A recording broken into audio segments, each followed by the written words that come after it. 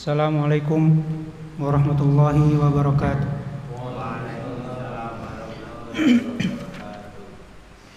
Innal hamdalillah nahmaduhu wa nasta'inuhu wa nastaghfiruh wa na'udzu billahi min syururi anfusina wa min sayyiati a'malina.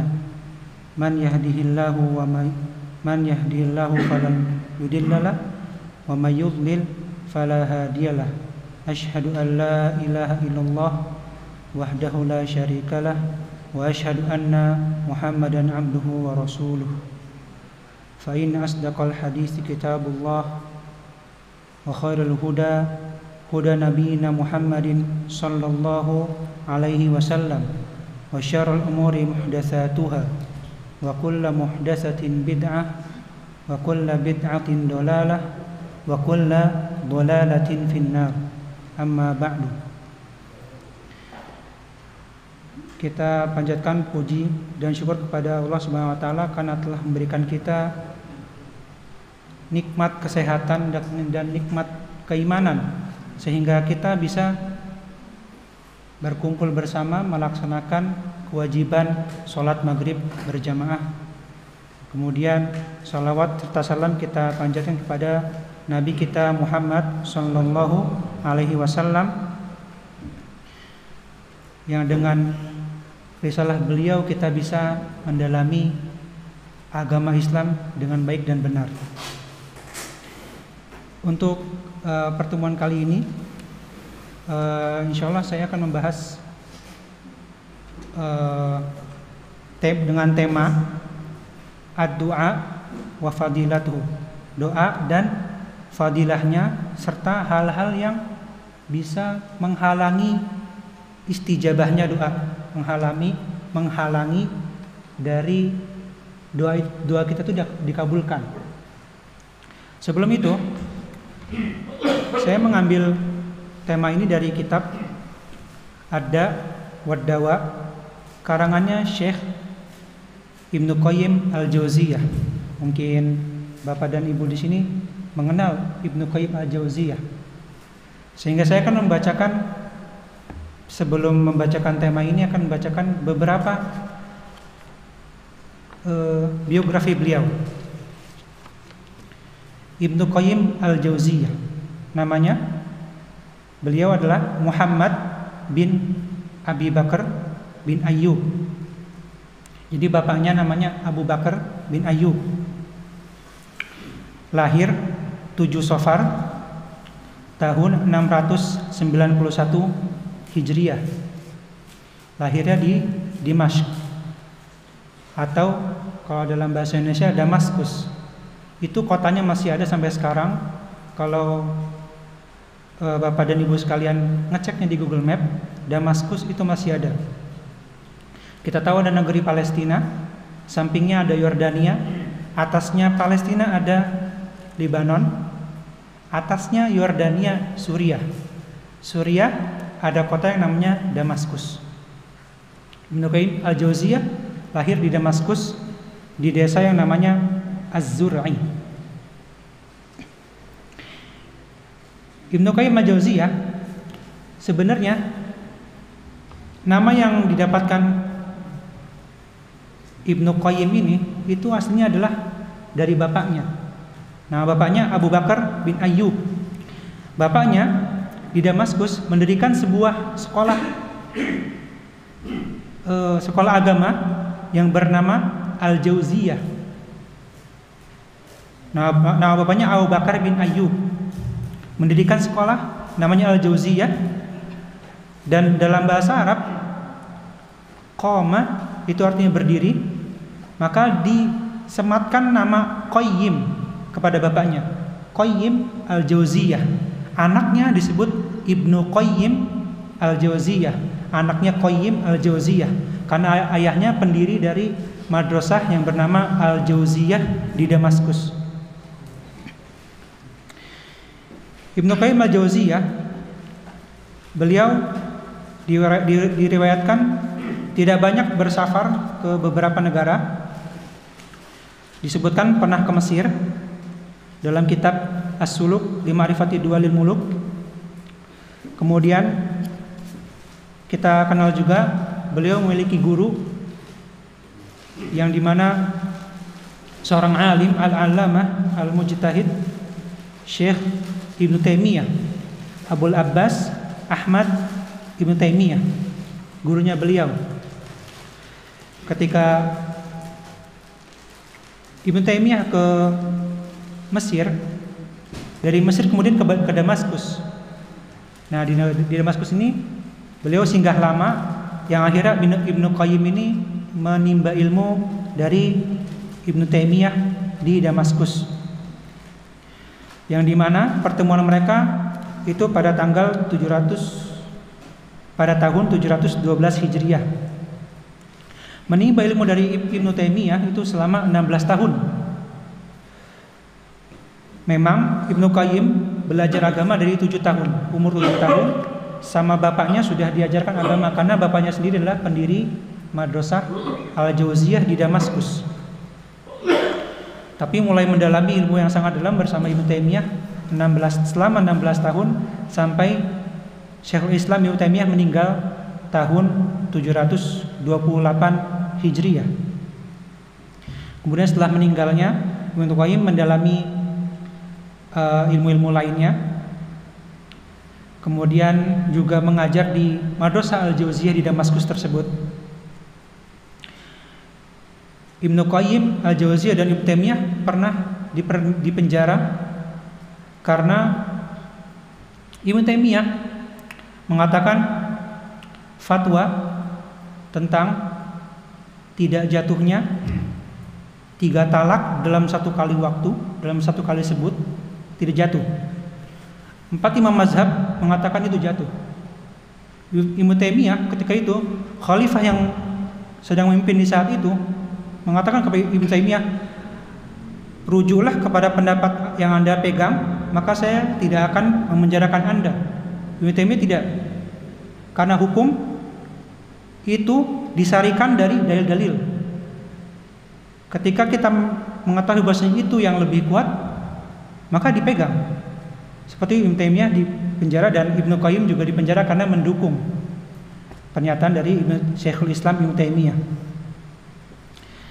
Guru-guru beliau Ibnu Qayyim Al-Jauziyah selain Ibnu Taimiyah itu ada bapaknya Qayyim Al-Jauziyah, Abu Bakar bin Ayyub. Ada juga Syarifuddin Ibnu Taimiyah, saudara kandungnya Syekhul Islam Ibnu Taimiyah. Kemudian ada Imam Az-Zahabi, seorang sejarawan dan muhaddis. Kemudian Ibnu Muflih. Ibnu Muflih adalah seorang ulama di zamannya yang terkenal dengan keilmuannya di bidang fikih Hambali. Kemudian murid-murid beliau memiliki anak 2. Pertama namanya Al-Burhan Ibnu Qayyim Al-Jauziyah dan Syarifuddin. Beliau menamakan anaknya Syarifuddin karena membanggakan gurunya yang bernama Syarifuddin Ibnu Taimiyah. Kemudian ada murid-muridnya yang lain yang sangat kita kenal, Ibnu Katsir. Ibnu Katsir seorang mufassir,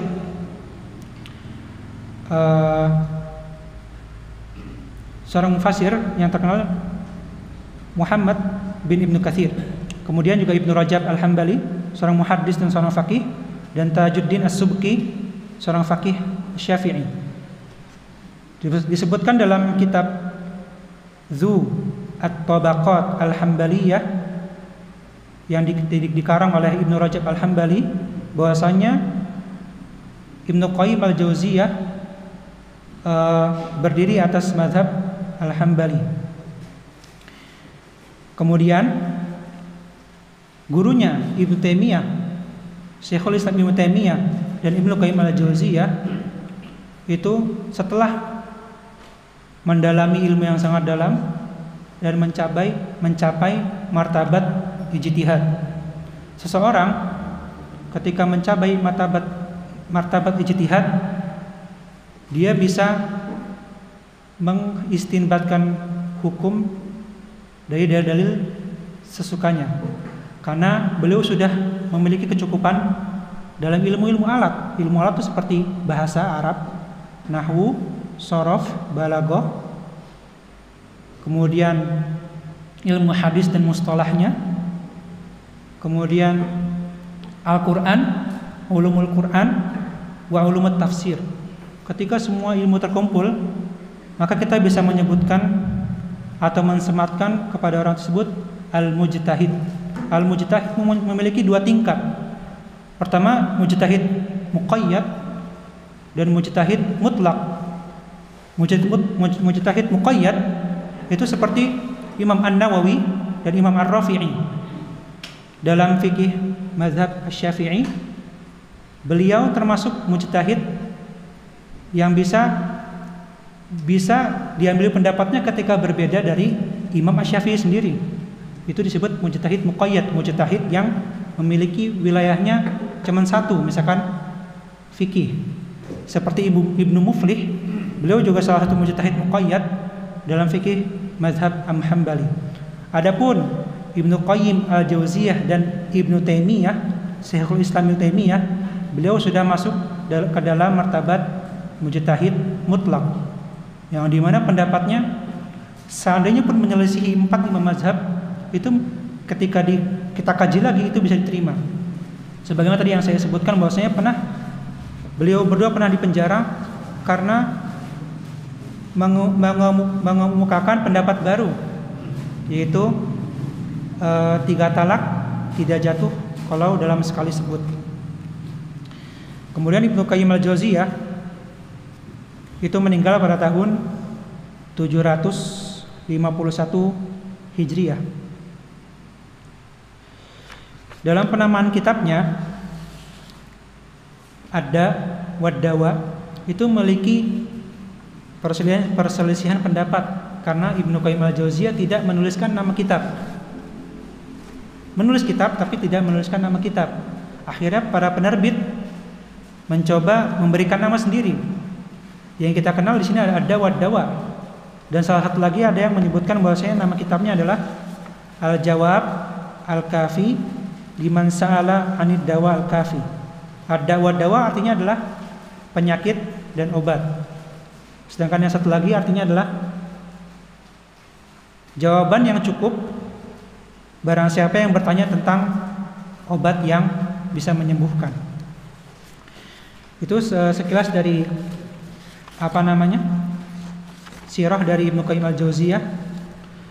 Kemudian Syekh rahimahullah ta'ala mengatakan dalam kitabnya Faslun Fadlud Du'a, fasal keutamaan doa. Doa dalam artian lugatan itu ibadah. Doa diartikan ibadah. As-shalah diartikan ad-du'a. Ad-du'a diartikan ibadah. Kemudian Syekh rahimahullah ta'ala mengatakan ad-du'a min anfa'il adawiyah wa huwa aduwwul bala. Doa itu salah satu hal yang paling bermanfaat untuk melawan penyakit. Dan dia musuhnya musibah. Al-bala musibah. Musibah secara umum bisa sakit, bisa kehilangan harta. Wa huwa silahul mu'min, dan dia senjatanya kaum mukmin. Barang siapa yang mengetahui benar-benar wujudnya Allah, bahwasanya Allah tuh ada, itu pasti tidak akan lepas dari doa dimanapun. Tidak hanya di waktu-waktu kita sulit, tapi di waktu ketika kita senang. Kama rawa al-Hakim fi sahihi min hadis Ali bin Abi Thalib qala Rasulullah, dari riwayat Hakim seorang ulama yang menulis kitab Al-Mustadrak. Al-Mustadrak itu dalam kitab Sahih Bukhari dan Sahih Muslim. Alim yang bernama Hakim ini, beliau mengatakan, mengapa ada hadis-hadis yang sekiranya bisa masuk Sahih Bukhari dan Sahih Muslim tapi dimasukkan oleh Bukhari dan Muslim. Akhirnya beliau membuat kitab namanya Al-Mustadrak, hadis-hadis yang sekiranya derajatnya itu seperti kita derajat sahihnya itu sama seperti sahih Bukhari dan Muslim. Al-Mustadrak, walaupun para ulama mengatakan Al-Mustadrak ini masih perlu banyak ditinjau karena pada akhirnya itu tidak seperti syarat kesahihan hadisnya Bukhari dan Muslim. Dalam sahihnya Al-Hakim meriwayatkan dari hadis Ali bin Abi Thalib, Rasulullah SAW bersabda, ad-du'a silahul mu'min. Ad-du'a adalah senjatanya orang mukmin, wa imaduddin, dan tiang agama, wa nurus samawati wal ard, dan cahayanya langit dan bumi. Kemudian Syekh Ibnu Qayyim al-Jauziyah mengatakan, walahu ma'al bala'i salasa maqamat, dan doa hubungannya sama bala atau musibah itu ada 3. Yang pertama, an yakuna aqwa minal bala'i faidfa'uhu. Doanya itu lebih kuat daripada musibah sehingga doa mengalahkan musibah.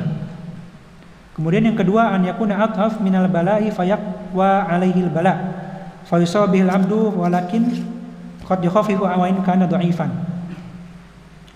Doanya lebih lemah daripada musibahnya sehingga musibahnya menang atas doanya. Kemudian yang ketiga, an yataqawama wa yamna'u kullu wahidin minhum sahibahu. Keduanya saling bergantian. Kadang yang menang doa, kadang yang menang bala atau musibah. Hadisnya apa? Wa qad rawal Hakim fi sahihi.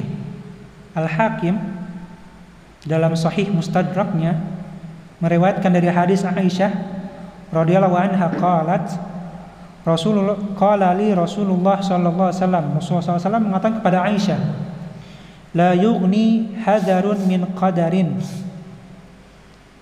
tidak akan mencukupi peringatan dari sebuah takdir. Wa du'a'u yanfa'u mimma nazala wa mimma lam yanzil, dan doa itu berpengaruh terhadap takdir yang sudah turun dan takdir yang belum turun. Wa innal balaa'a la yanzilu fayalqahu ad-du'a'u faya'tajilani ila yaumil qiyamah. Ini menjelaskan tentang keadaan yang ketiga, yang dimana doa dan musibah saling bergantian manfaatnya. Sesungguhnya bala akan turun kepada hambanya dan bertemu dengan doa, dan mereka saling masuk satu sama lain sampai hari kiamat. Dan juga hadis dari Ibnu Umar anin Nabi SAW qala ad-du'a yanfa'u mimma nazal wa mimma lam yanzil. Ini sama seperti tadi, bahwasanya doa itu berpengaruh terhadap takdir yang sudah turun ataupun takdir yang belum turun. Fa'alaikum ibadullahi bid-du'a, maka wajib bagi kalian untuk selalu berdoa kepada Allah. Kemudian ada hadis juga dari Thauban anin Nabi SAW qal, Rasulullah SAW bersabda, la yuraddul qadaru illa du'a, tidak ada yang bisa menghalangi takdir kecuali doa. Wala yazidu fil umri illa bir, dan tidak ada yang menambah umur kecuali kebaikan. Wa innar rajula la yahrumur rizqa bidzanbi yusibuh, dan sesungguhnya seorang itu akan dihalangi dari rezeki mereka ketika mereka melakukan maksiat. Kemudian bab selanjutnya, faslun al-ilhahu fid du'a. Asy-Syaikh Ibnu Qayyim al-Jauziyah mengatakan bab al-ilhah itu ketika kita meminta kepada Allah tapi kita mintanya sering. Apa namanya? Kalau misalkan ayolah kasih saya seperti ini gitu. Namanya al-ilha. Saya apa namanya itu? Jadi meminta tapi secara terus-terusan. Ya mungkin seperti merayu ya. Tapi lebih ke arah misalkan kalau kita minta tolong, ayolah minta tolong lah, tolong. Ini terakhir kali saya misalkan apa gitu. Nah itu al-ilha. Wa qad rawa Ibnu Majah fi sunanihi. Ibnu Majah salah satu ulama yang menuliskan kitab hadis namanya Sunan Ibnu Majah. Min hadis Abi Hurairah radhiyallahu anhu, Rasulullah SAW bersabda, "Man lam yas'alillaha yaghdab alaihi." Barang siapa yang belum pernah meminta kepada Allah, belum berdoa kepada Allah, Allah marah kepadanya. Wa fi sahihil Hakim, dalam kitab Al-Hakim Al-Mustadrak, hadis Anas an Nabi SAW bersabda, "La ta'jazu fid du'a fa innahu la yahlak ma du'a ahad." Jangan pernah kalian merasa atau berhenti dari doa, karena sesungguhnya orang yang tidak lepas dari doa itu tidak akan binasa.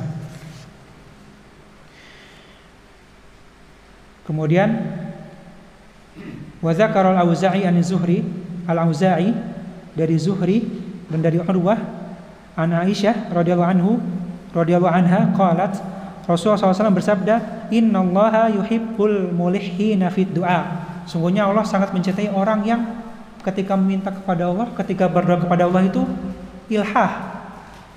Ya Allah, berikanlah kesembuhan kepada saya dan keluarga. Minta lagi, minta lagi, minta lagi. Itu Allah suka.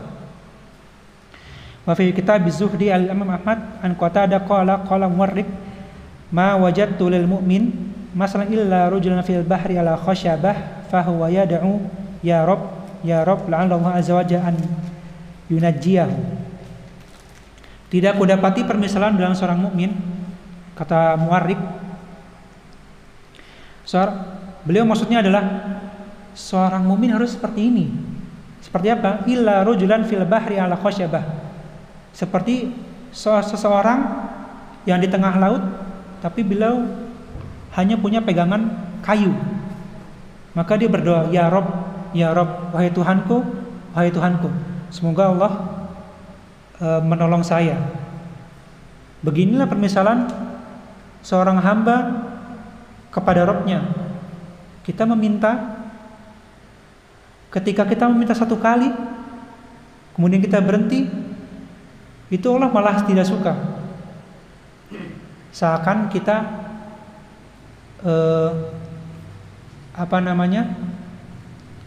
meyakini bahwasanya aku sudah doa tapi tidak diijabah. Yang nanti akan saya bahas di fasal berikutnya. Qala Syekh Ibnu Qayyim al-Jauziyah, faslun min afatid du'a. Bab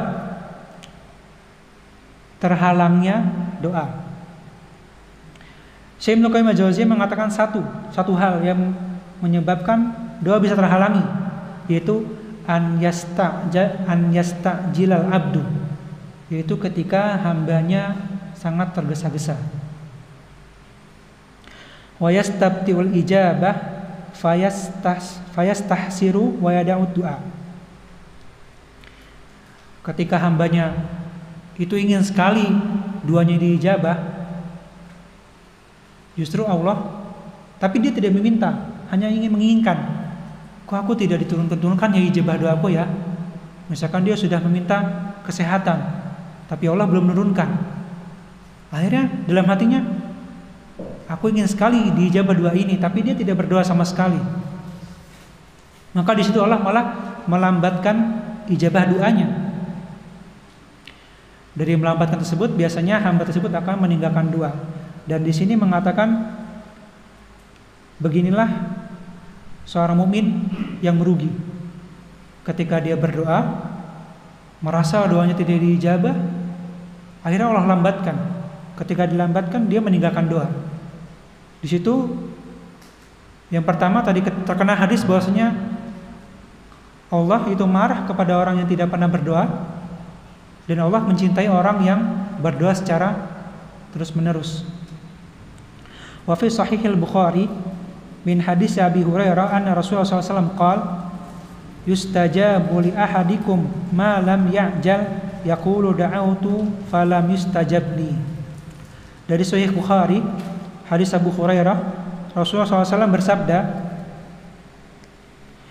sesungguhnya doa kalian itu akan terijabah sampai kalian itu tidak terburu-buru. Jadi artinya dalam hadis ini adalah semua kaum mukmin itu doanya akan diijabah kecuali orang-orang yang terburu-buru. Yaqulu, dia mengatakan, permisalan dalam hadis ini, da'autu falam yustajab li, aku sudah berdoa tapi belum diijabah. Wa fi sahih Muslim anhu la yazalu yustajabu lil 'abdi ma lam yada' bi ithmin aw qati'ati rahimin ma lam yasta'jil. Dalam Sahih Muslim, Rasulullah SAW bersabda, sesungguhnya kaum mukmin itu doanya akan diijabah sampai di mana dia melakukan dosa atau memutus tali silaturahim. Berarti Ibnu Qayyim al-Jauziyah menyebutkan tambahan 2. Yang pertama, terburu-buru ingin bagaimana doanya diijabah. Yang kedua, dosa yang telah dia lakukan. Dan yang ketiga, memutuskan tali silaturahim. Qila ya Rasulullah mal isti'jal. Kemudian para sahabat bertanya, ya Rasulullah, apa itu terburu-buru? Kemudian Rasulullah SAW bersabda, qad da'autu wa qad da'autu falam ara yustajab li. Aku telah berdoa dan aku tidak melihat Allah mengijabah doa saya. Kemudian wa fi Musnad Ahmad, Imam Ahmad menulis kitab hadis yang bernama Al-Musnad. Al-Musnad dan Kutubus Sunan itu berbeda dalam tartib, dalam susunan penulisannya. Kalau Musnad itu disesuaikan dari misalkan alif, ba, ta. Begitu Musnad Imam Ahmad ditulis. Misalkan hadis yang diriwayatkan dimulai dari huruf alif, atau kemudian bab selanjutnya hadis yang dimulai dari riwayat dari huruf ba, itu disebut musnad. Ada juga musnad, salah satu musnad yang menggunakan perawi, misalkan Abu Bakar. Jadi di situ dikumpulkan hadis-hadis Abu Bakar. Kalau kitab Sunan atau Sahih Bukhari dan Sahih Muslim itu biasanya disesuaikan dengan bab fikih. Seperti itu. Bedanya musnad dengan sunan. Kalau musnad biasanya sesuai dengan huruf-huruf abjad bahasa Arab. Kalau Sahih Muslim atau Sunan itu sesuai dari penulisan bab fikih. Min hadis Anasin qala, Rasulullah SAW bersabda, la yazal abdu bi khairin ma lam yasta'jil. Sungguhnya hambaku masih dalam kebaikan sampai dia tidak terburu-buru dalam doa. Qalu ya Rasulullah kaifa yasta'jil. Kemudian sahabat bertanya, ya Rasulullah, bagaimana, apa maksudnya dengan terburu-buru? Qal qad da'autu Rabbi falam yustajab li. Aku telah berdoa kepada Allah tapi tidak diijabah.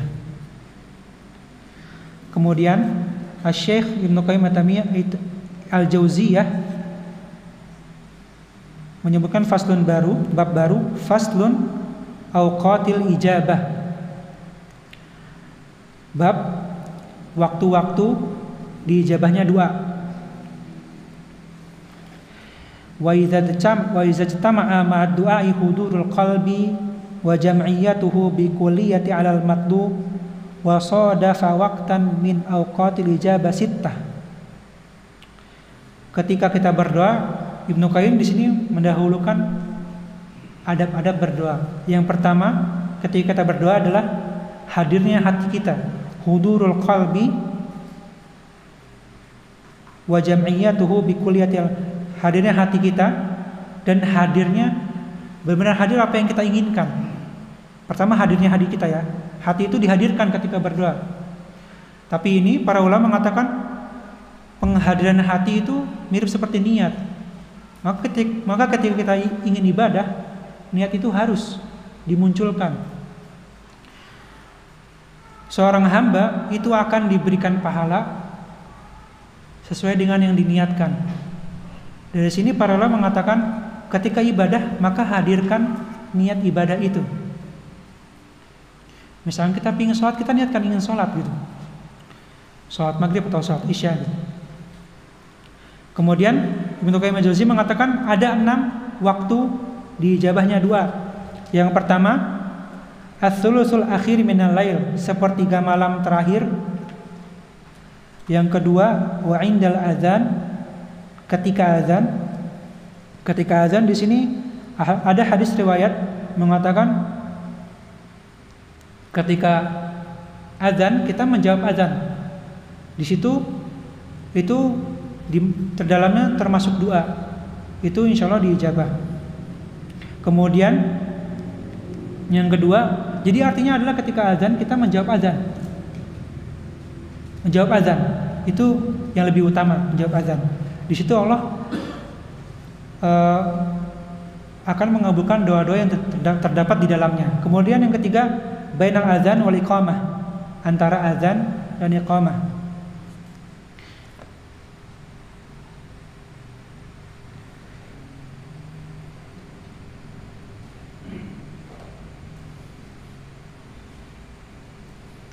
Kemudian yang keempat, ada barus shalawatil maktubah, di akhir sholat maktubah, ketika kita tahiyatul akhir dan sebelum mau salam, itu kita disunahkan untuk berdoa, yang dimana di situ termasuk waktu-waktu diijabahnya doa. Kemudian yang selanjutnya, yang kelima, inda su'udil imami yaumil jum'ati 'alal minbar hatta taqdis shalah, ketika hari Jumat, ketika imam naik minbar sampai selesainya sholat. Di situ para ulama mengatakan kita bisa penuhi itu dan dengan zikir, astagfirullah, subhanallah, alhamdulillah. Kemudian di hari yang sama, wa akhiru sa'atin ba'dal asri, akhir waktu setelah asar. Jadi Jumat memiliki 2 waktu ijabah. Yang pertama ketika imam naik mimbar sampai selesai sholat, dan yang kedua setelah asar, akhir waktu setelah asar. Sudah 6. Kemudian Ibnu Qayyim al-Jauziyah mengatakan ada adab lagi, wasadafa khusyu'an fil qalbi, dan kalau bisa selain dari 6 waktu yang dijabah tadi, kita menghadirkan kekhusyuan hati kita ketika berdoa. Wan kisaron baina yadayhi rabb, dan kita merasa butuh kepada Allah, wa zullan lahu wa tadarruan warakah, dan kita merasa tunduk dan patuh kepada Allah, wastaqbalad da'iyal qiblata, dan hendaknya seorang yang berdoa itu menghadap kiblat. Ini adab. Adab itu ketika kita lakukan dan kita niatkan untuk ibadah, insya Allah akan memberikan pahala. Wa kana ala taharatin, dan dia dalam keadaan taharah, dalam keadaan suci. Ketika kita mengatakan suci, itu 2, suci dari hadas dan suci dari najis. Najis itu hal-hal yang nampak seperti kotoran dan yang lainnya. Hadas itu hal-hal yang maknawi, seperti misalkan kita setelah buang air kecil, itu kita ada hadas. yang bisa dihilangkan dengan wudu. Tohara itu dua hal, najis dan hadas. Wa rafa'a yadayhi ilallahi ta'ala, dan menengadahkan tangannya ke atas.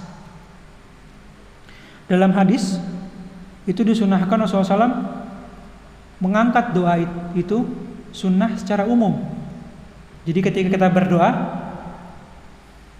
hukum asalnya doa itu mengangkat tangan, kecuali tempat-tempat yang dimana Rasulullah SAW mengatakan tidak mengangkat tangan, seperti imam ketika naik mimbar itu ketika berdoa di khutbah kedua itu tidak mengangkat tangan, karena itu riwayat dari Nabi SAW seperti itu. Tapi pada asalnya doa itu mengangkat tangan. Setinggi apa? Itu bebas. Bisa setinggi pundak, ada yang setinggi seperti ini. Rasulullah SAW pernah berdoa ketika Yaum Arafah atau istisqa, tangannya sampai atas.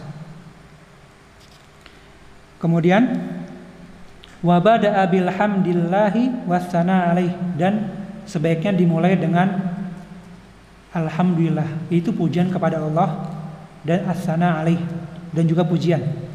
Summa sana bis salati ala Muhammadin abduhu wa rasuluh, dan juga salawat kepada Muhammad abduhu wa rasuluh sallallahu alaihi wasallam. Summa qaddama baina yadayhi hajatahu taubata wal istighfar. Kemudian sebelum berdoa, sebelum mendoakan hajahnya atau kebutuhannya, itu dimulai dengan at-taubah wal istighfar. Kita mulai sebelum doa tuh kita beristighfar dulu. Kemudian summa dakhala Allahi wa alaha alaihi fil mas'alah. Kemudian kita berdoa kepada Allah dan berdoa secara terus-menerus, atau tadi yang disebut dengan ilhah.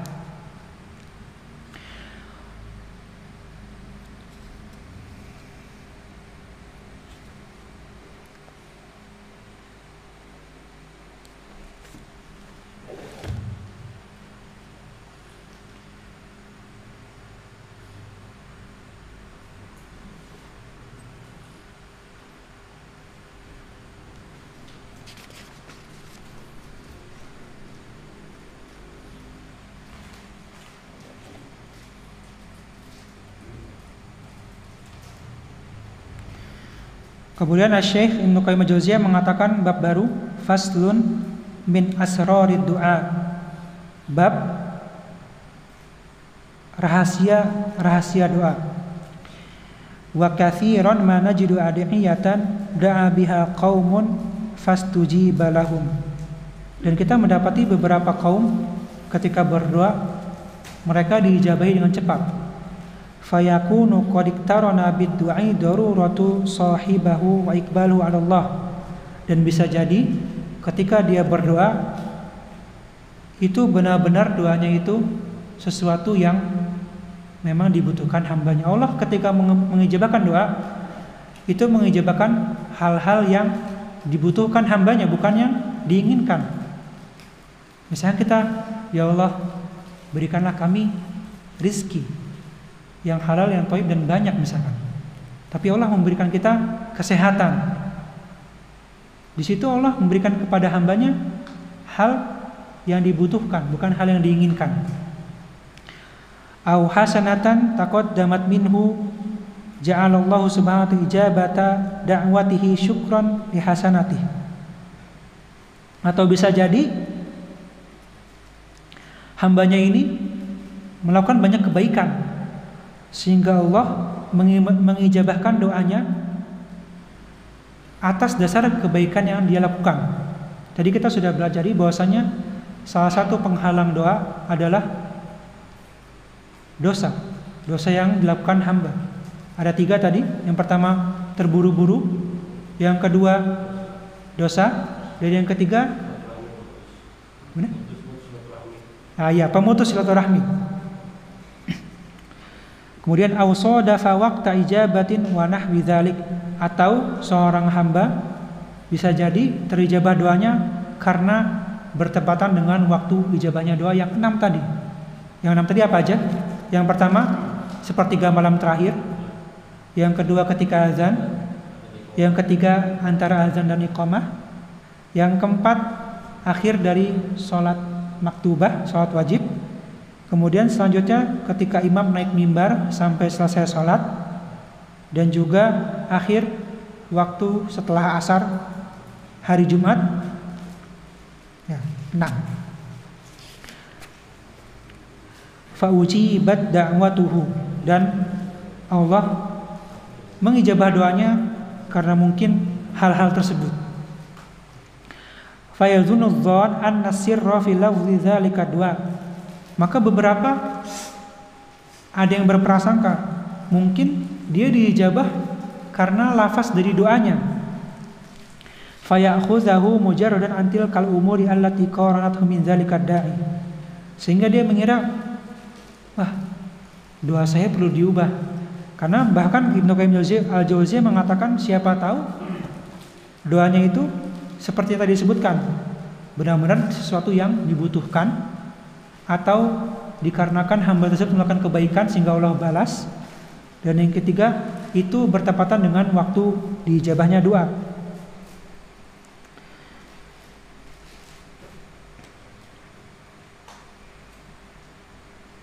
Salah satu permasalahan yang Ibnu Qayyim al-Jauziyah menyebutkan adalah wa min hadza annahu qad yattafiqu du'a'uhu bittirari 'inda qabrin. Ada orang-orang yang berdoa di kuburan dan sehingga diijabah. Kemudian fayazunul jahil, sehingga orang-orang yang jahil akan agama itu mengatakan, wah, berarti rahasia doa ada di kuburan. Walam ya'lam anna sirral ittirar, dan belum mengetahui bahwasannya rahasia doa mungkin ada di kebutuhan hamba tersebut. Hamba tersebut meminta sesuatu yang dibutuhkan, akhirnya Allah berikan. Wa sadaqalla jauh ilallah wa fa idza hasala dzalika fi baitin min buyutillah kana afdalu wa habbu ilallah. Maka jika kita meminta kepada Allah sesuai apa yang kita butuhkan di masjid-masjid Allah, itu lebih Allah cintai dan lebih afdal. Wal ad'iyatu wa ta'awuzu bimanzilatis silah wasilah bidharibihi la bihaddihi faqat. Dan doa-doa dan permintaan ampun kepada Allah itu dimisalkan seperti senjata. Tadi kita sudah pelajari bahwasanya dalam hadis as-silah ad-du'a silahul mu'min. Ad-du'a itu senjatanya kaum mukmin. Maka itu terdapat syariat ruqyah. Ketika Rasulullah SAW di zamannya pernah ada sahabat yang pergi ke suatu daerah ingin berdakwah, sakit. Yang sakit siapa? Yang sakit anggota desa tersebut. Kemudian meminta tolong kepada sahabat ini, coba sembuhkan, karena kamu adalah sahabat Rasulullah. Kemudian sahabat tersebut membacakan apa? Al-Fatihah. Di sini di mana para ulama mengatakan salah satu surat yang bisa dibacakan untuk ruqyah adalah Al-Fatihah. Maka ketika kita sakit, kita bisa membacakan Al-Fatihah. Itu niatnya satu, ruqyah. Yang kedua, kita bisa menambahkan niat iqtidaan bin Nabi, kita bisa mengikuti sunnahnya Nabi. Dan juga untuk meniatkan ketika kita sembuh, kita bisa melaksanakan ibadah. Dari ruqyah saja kita bisa mendapat pahala. Isya dulu. Isya dulu. Mungkin kita cukupkan, insya Allah akan dilanjutkan setelah Isya ya.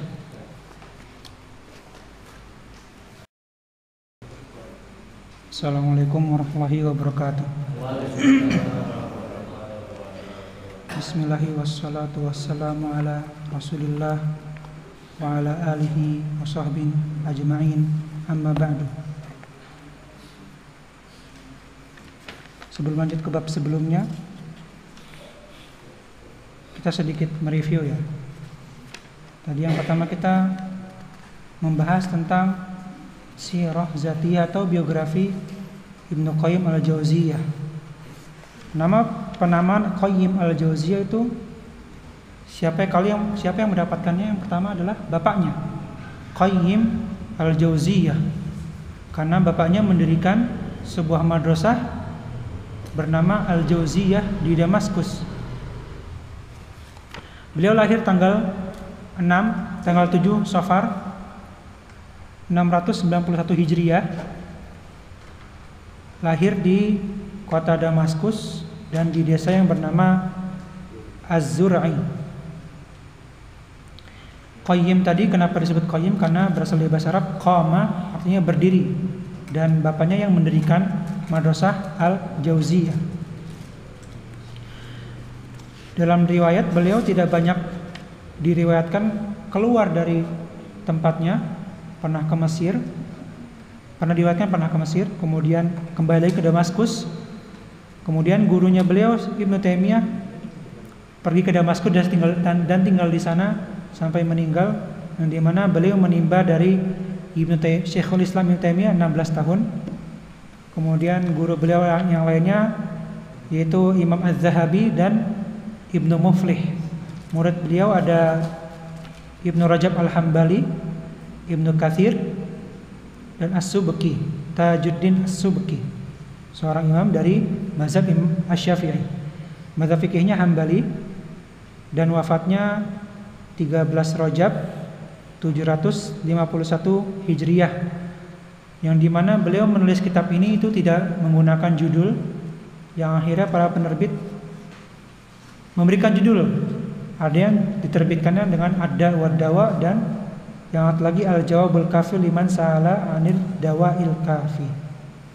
Kemudian selanjutnya Syekh membahas tentang fadilah doa, yang dimana disitu membahas keadaan doa dengan musibahnya. Ada 3. Yang pertama, di mana doa lebih kuat, maka dia menghalangi musibah. Yang kedua, di mana doa lebih lemah sehingga doa tidak muncul, musibah masih terus berjalan. Dan yang ketiga, di mana doa dan musibah saling bergantian. Hadisnya riwayat Ibnu Umar. Bukan. Hadisnya riwayat Hakim di Sahihan min hadis Aisyah radhiyallahu anha qalat qala sallallahu alaihi wasallam wa innal balaa la yanzilu fayalqahu du'a fayatajilan ila yaumil qiyamah. Sungguhnya bala itu turun dan bertemu dengan doa, dan mereka saling satu sama lain saling menang-menangi gitu sampai yaumil qiyamah. Kemudian bab al-ilhah fi du'a, di mana Allah SWT menyukai hamba yang ketika berdoa itu meminta terus. Kemudian dalam hadis dikatakan Rasulullah SAW bersabda, man lam yas'alillaha yaghdab alaihi. Barang siapa yang belum pernah meminta doa kepada Allah, Allah itu sangat marah. Kemudian dalam hadis juga Rasulullah SAW mengatakan, innallaha yuhibbul mulihina fi du'a. Semuanya Allah menyukai hamba-hamba yang ilhah dalam doa. Kemudian hal-hal yang menghalangi doa ada 3. Yang pertama, di mana seorang hamba itu sangat ingin cepat-cepat doanya diijabah. Yang kedua adalah melakukan maksiat. Yang ketiga adalah qati'atur rahim atau pemutus silaturahmi. Dalam doa, ketika doa dilantunkan dan tidak diijabah, salah satunya adalah hambanya melakukan dosa. Ada hadis dari Abu Hurairah radhiyallahu anhu qala Rasulullah SAW, innallaha thayyibun la yaqbalu illa thayyiban. Sesungguhnya Allah itu thayyib, tidak menerima kecuali yang thayyib. Kemudian Rasulullah SAW bersabda di akhir hadis, summa dzakara rajula yutilus safara ash'atha akbar. Kemudian Rasulullah SAW menyebutkan, mengisahkan ada seorang hamba itu berdoa depan Ka'bah. Seorang hamba tersebut terlihat dari safar dari jauh, kelihatan badannya berdebu, rambutnya kalau dari safar kan berantakan ya, ya acak-acakan. Berdoa di depan Ka'bah kondisinya safar itu luar biasa. Pertama depan Ka'bah itu memiliki keutamaan luar biasa. Yang kedua, ketika safar salah satu juga kondisi dijabahnya doa. Bayangkan depan Ka'bah setelah safar, yamuddu yadaihi ila sama, mengangkat tangannya ke langit, ya Rob, ya Rob. Wa mat'amuhu haram, wa malbasuhu haram, wa ghudhiya bil haram. Kemudian hamba tersebut mengatakan, ya Rob, ya Rob. Kemudian Rasulullah SAW mengatakan, sedangkan makanannya dapat dari yang hal haram, pakaiannya dapat dari hal yang haram, dan dia diisi tubuhnya dengan hal-hal yang haram. Fa anna yustajabulah, maka dari mana Allah akan mengijabahkan doanya. Kemudian awqatul ijabah ada 6. Yang pertama, sulusul akhir minal laili, sepertiga malam terakhir, wa indal azan, dan ketika azan. Kemudian bain azan wal iqamah, antara azan dan iqamah. Kemudian akhir sholat wajib, itu sebelum salam ya. Kemudian yang kelima itu ketika imam naik mimbar sampai selesai sholat.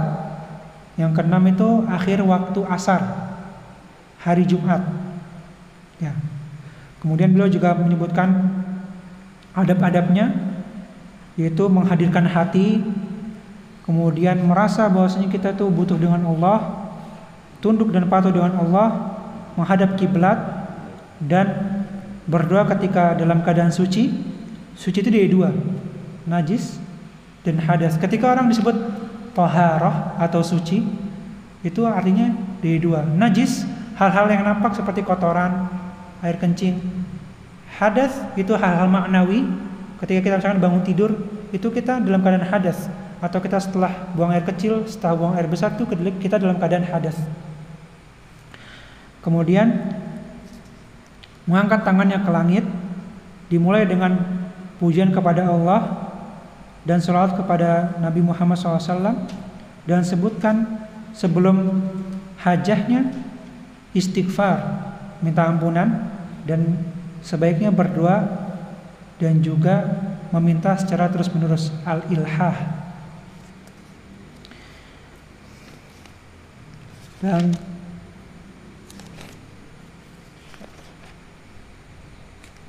saya juga dari rahasia-rahasia doa kita sudah sebutkan. Ibnu Qayyim mengatakan banyak orang salah kaprah ketika salah satu contohnya adalah berdoa di kuburan. Ketika dikabulkan, wah jangan-jangan ini rahasia doa. Ternyata Ibnu Qayyim mengatakan itu tidak seperti itu.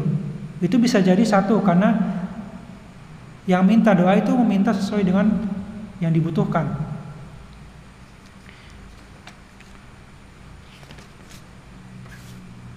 Kemudian Ibnu Qayyim al-Jauziyah melanjutkan babnya, yaitu tentang bahayanya dosa dan maksiat.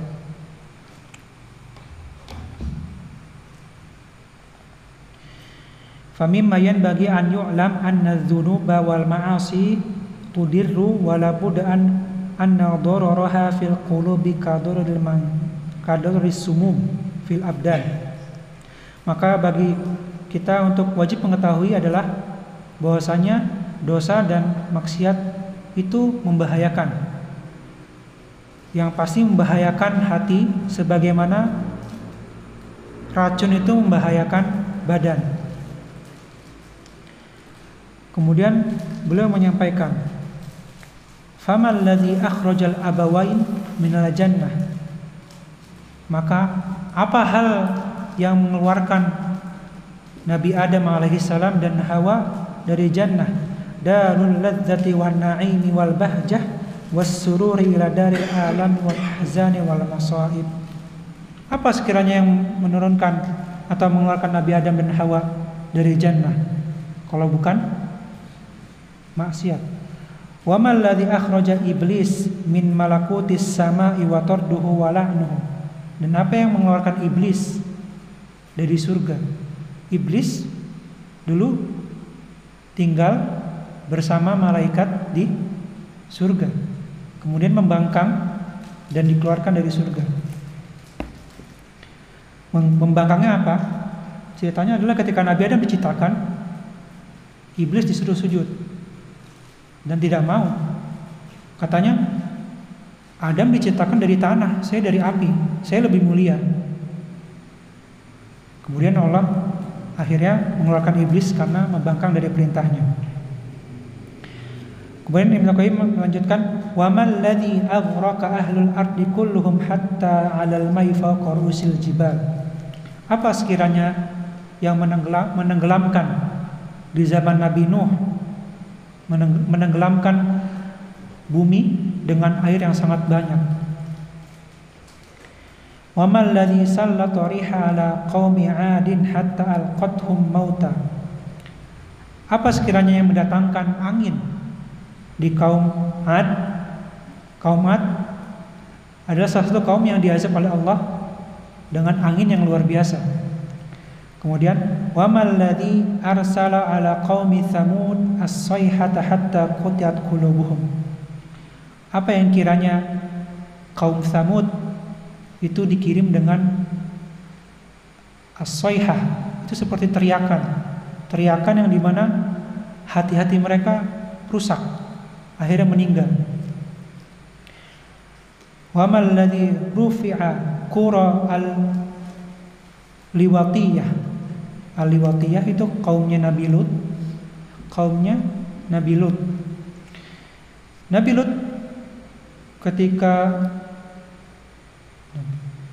Lut ketika berdakwah di kaumnya, itu kita sangat mengetahui kisahnya tentang kisah kaum Nabi Lut yang dimana mereka suka sesama jenis, yang akhirnya dimana Allah mengazab mereka dengan membalikkan tanahnya jadi tidak terlihat lagi. Kemudian wa mal ladzi arsala ala qaumi Syu'aib sihabul adzab kadh-dhalal. Apa yang membinasakan kaum Syu'aib, yang dimana dikirimkan awan yang sangat banyak, hujan terjadi, badai terjadi. Wa mal ladzi aghraqa fir'auna wa qaumahu fil bahr. Dan apa yang menenggelamkan kaum Fir'aun. Kemudian Ibnu Qayyim al-Jauziyah melanjutkan bab baru.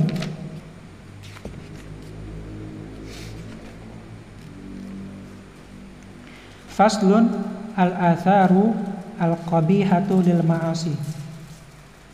Bab efek jelek dari kemaksiatan. Wal ma'asi min al-atharil qabihati al-madmumah al-mudirratu bil qalbi wal badani fid dunya wal akhirah ma la ya'lamu illallah. Maksiat-maksiat itu mempunyai efek-efek buruk yang membahayakan hati dan badan di dunia dan di akhirat, yang tidak ada yang mengetahui kecuali Allah. Faminha, dan darinya adalah hirmanul ilmi, dan salah satunya adalah terhalangi kita dari menuntut ilmu. Kita ketahui bahwasanya menuntut ilmu adalah faridatun ala kulli muslimin wa muslimatin. Itu wajib bagi kaum muslim dan kaum muslimat. Fa innal ilma nurun yakzafuhu Allahu fil qalb wal ma'siyatu tudfi'u dzalika nur. Karena sungguhnya ilmu adalah cahaya yang Allah lemparkan ke dalam hati, dan maksiat itu memadamkan cahaya tersebut. Walamma jalasal imamu asy-Syafi'i baina yaday Malikin wa quri'a alaihi a'jabahu ma ra'a min wufuri fatanatihi wa tuqadu zakahu wa kamali fahmihi. Ketika Imam Syafi'i belajar dari Imam Malik, Imam Syafi'i belajar dari Imam Malik, di situ ada hikmah. Ketika Imam Syafi'i ingin belajar ke Imam Syafi'i ingin belajar ke Imam Malik, itu Imam Syafi'i sebelum belajar beliau menghatamkan kitab Al-Muwatta sebanyak 4 kali. 4 kali sebelum duduk di majelisnya Imam Malik. 4 kali. Ketika beliau datang itu tidak diterima. Karena Imam Malik ketika zaman itu Imam Malik lagi belum menerima murid. Ketika diketahui Imam Syafi'i datang ke sana ditolak, salah satu gubernur di sana, saya lupa namanya, itu akhirnya mengajak Imam Syafi'i, ayo sini, ntar saya bilangin ke Imam Syafi'i, ke Imam Malik supaya kamu bisa belajar ke beliau. Kemudian Imam Syafi'i datang bersama gubernur tersebut, ketok pintunya, Imam Malik membuka, ada apa? Ini seorang anak muda yang sudah hafal banyak hadis. Kenapa kamu tidak terima? Imam Malik di sini malah membahas hal lain. Aku tidak suka tazkiyah. Tazkiyah itu artinya misalkan kita memuji orang tersebut supaya orang tersebut masuk ke madrasah tersebut gitu. Aku tidak suka tazkiyah. Pergi dari sini. Gubernur dan Imam Syafi'i pergi lagi. Tapi pada akhirnya Imam Malik memanggil Imam Syafi'i untuk belajar bersama beliau. Sebelum Imam Syafi'i belajar dengan Imam Malik, beliau menghatamkan 4 kali Muwatta. Di sini mengatakan ketika Imam Syafi'i duduk di depan Imam Malik dan sedang belajar, Imam Malik itu terpukau dengan kepintarannya. Kemudian mengatakan, ini arullahi qad alqala qalbika nuran. Sesungguhnya saya melihat Allah itu telah melemparkan kepada hatimu sebuah cahaya. Tadi Ibnu Qayyim al-Jauziyah mengatakan, fa innal ilma nurun. Sesungguhnya ilmu adalah cahaya. Fala tudfi'uhu bi dzulamatil ma'siyah. Kemudian Imam Malik mengatakan, maka jangan padamkan dengan maksiat. Kemudian Syafi'i mengatakan, syakautu ila waqi'i su'a hifzi. Mungkin banyak yang pernah dengar seperti ini. Fa arsyadani ila tarkil ma'asi wa qala lam annal ilma fadlun wa fadlullahi la yu'tahu 'asi. Atau dalam riwayat lain, fa innal ilma nurun wa nurullahi la yu'ta lil 'asi. Artinya adalah aku mengadu kepada Imam Waqi'. Imam Waqi' sebelum belajar dengan Imam Malik, Imam Syafi'i sebelum belajar ke Imam Malik itu belajar ke Imam Waqi' al-hadits wal fiqh. Kemudian Imam Syafi'i pernah sebelum terkenal dengan kepintarannya yang kita tahu, misalkan sekali baca langsung hafal, itu terkenal sekali ya Imam Syafi'i. Sebelum itu terjadi, itu kesulitan. Dalam belajar itu sempat kesulitan. Kemudian menyampaikan ke Imam Waqi', aku susah sekali menghafal. Fa syakautu ila waqi'in su'a hifzi fa arsyadani ila tarkil masih. Maka Imam Waqi' mengatakan, tinggalkanlah maksiat. Fa innal ilma nurun wa nurullahi la yu'ta lil 'asi. Sungguhnya ilmu itu adalah cahaya dan cahaya Allah tidak akan diberikan kepada orang yang bermaksiat. Kemudian Ibnu Qayyim al-Jauziyah mengatakan hal kedua efek dari maksiat, yaitu hirmanur rizq, dihalangi kita dari rezeki. Untuk diketahui, sebelum saya membaca lanjutan, ar-rizqu itu tidak terbatas dengan harta. Ketika kita minta kepada Allah, ya Allah berikan saya harta, itu hanya bagian dari rezeki. Tapi ketika kita minta kepada Allah, ya Allah berikan saya rezeki yang baik dan halal, itu banyak hal, kesehatan, anak yang baik, istri yang solehah, rumah yang sejuk, itu banyak. Fil musnad innal abda la yuhramur rizqu bil dzanbi yusibuh. Sungguhnya seorang hamba itu diharamkan dari rezeki ketika dia melakukan maksiat.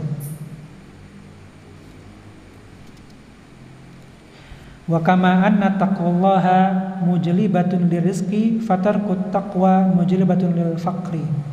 Kemudian Ibnu Qayyim mengatakan Al-Jauziyah, sebagaimana takwa kepada Allah, takwa itu khasyah atau takut.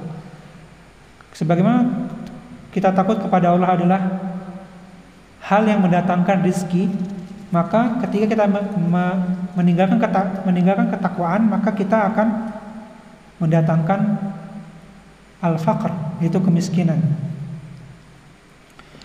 Kemudian Ibnu Qayyim al-Jauziyah mengatakan yang ketiga adalah al-wahsyatu allati tahsulahu bainahu wa bainan nas. Al-wahsyah itu kesepian.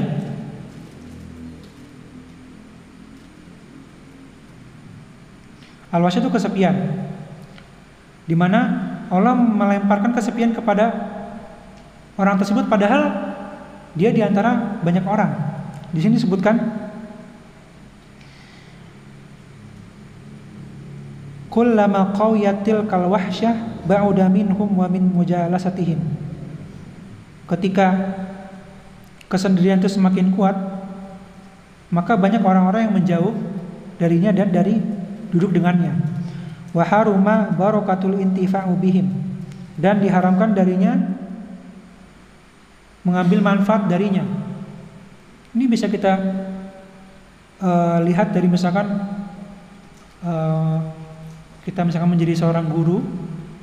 Tadinya guru tersebut luar biasa, mungkin banyak anak-anak yang senang, tapi pada akhirnya ketika dia jatuh ke dalam maksiat, Allah cabut hal tersebut. Allah berikan kepadanya al-wahsyah, yaitu kesendirian. Salah satunya hal tersebut. Tapi ini perlu digarisbawahi, bahkan seorang alim, Syekh Nasiruddin Al-Albani, di akhir hayatnya pernah duduk dan murid beliau cuma 2. Kemudian Syekh Abdul Aziz bin Baz, beliau pernah duduk dan muridnya cuma 1, pembaca kitab. Itu tidak diartikan dengan ini. Itu memang seperti itu memang sudah, mereka mengatakan itu sudah sunnatullah, bahwasanya pada suatu saat seorang pengajar itu akan mengalami namanya muridnya banyak atau murid sedikit. Kemudian Ibnu Qayyim al-Jauziyah mengatakan wa minha ta'siru umurihi alaihi. Sulitnya perkara-perkara yang di sekitarnya. Fala yatawajjah li amrin illa yajiduhu muqlaqan dunahu aw muta'assiran alaih. Ketika dia ingin melakukan sesuatu, itu selalu mendapatkannya dengan sulit. Wa hadza kama anna man ittaqallaha ja'alahu min amrihi yusra. Dan sebagaimana orang yang bertakwa kepada Allah, itu Allah mudahkan. Allah mudahkan di sini banyak jalannya. Mungkin kita anggap kenapa aku dia menjalankan usaha tapi gagal. Itu bukan artinya ketika gagal itu Allah tidak suka. Mungkin Allah sedang menguji hambanya. Mungkin Allah, salah satu tanda Allah mencintai hambanya adalah ketika Allah menguji hambanya. Luar biasa. Ada satu momen yang seperti itu. Allah ketika menyukai hambanya, Allah berikan nikmat. Allah ketika menyukai hambanya, Allah berikan ujian. Karena Allah kadang suka ketika melihat hamba ini sedang diuji, dia semakin banyak doanya atau ibadahnya. Kemudian Ibnu Qayyim al-Jauziyah mengatakan wa minha zalamatun yajiduha fi qalbi haqiqatan. Di hatinya terdapat kegelapan, tidak tenang, mudah gelisah. Wa minha annal ma'asi tuhinul qalba wal badan. Dan Ibnu Qayyim al-Jauziyah mengatakan selanjutnya ialah bahwasanya maksiat-maksiat itu melemahkan hati dan badan. Wa minha hurmanut ta'ah. Dan juga salah satunya ialah di mana kita diharamkan dari ketaatan. Maka salah satu doa yang sering didengar oleh saya dan teman-teman di Mesir, ketika belajar oleh Syekh di Mesir tuh, semoga Allah memberikan taufik kepada kalian. An yuwafiqallah gitu. Itu satunya adalah ini, supaya kita tidak diharapkan di ketaatan. Kita mengira ketaatan yang kita lakukan itu atas dasar kita bisa melakukannya, padahal tidak. Itu Allah yang memberikan taufik kepada kita untuk melakukan ketaatan. Maka kita bertanya, kok si fulan bisa hafal 30 juz ya? Saya kok nggak bisa gitu. Itu Allah berikan taufik kepada orang tersebut. Dan mungkin Allah belum memberikan kita taufik. Maka dari itu kita harusnya berdoa, semakin dekat sama Allah, Allah akan memberikan taufik yang sekiranya pas untuk kita. Wa minha annal ma'asiya tuqassirul umra wa tamhaqa barakatahu wala bud. Dan salah satunya ialah bahwasanya maksiat-maksiat itu memendekkan umur dan membuat barokah itu hilang dari umur kita. Ketika kita disebut dengan barokah itu secara bahasa artinya an-numu wa ziyada. An-numu itu artinya berkembang dan bertambah. Ketika kita disebutkan, misalkan kita sering mendengar barakallahu fik, semoga Allah memberkahi kamu. Barakallahu fi malik, semoga Allah memberkahi harta kamu. Barakallahu fi umrik, semoga Allah memberkahi umur kamu. Itu artinya adalah semoga Allah memberikan kepada umur kamu ketambahan dan berkembangnya barokah. Ketika umur kita diberikan barokah, itu rasanya ibadah-ibadah itu mudah. Salah satunya itu. Fa innal birra kama yazidu fil umri fal fujur yuqassiru umra. Maka sungguhnya kebaikan sebagaimana dia menambahkan umur, dan maka keburukan itu memendekkan umur.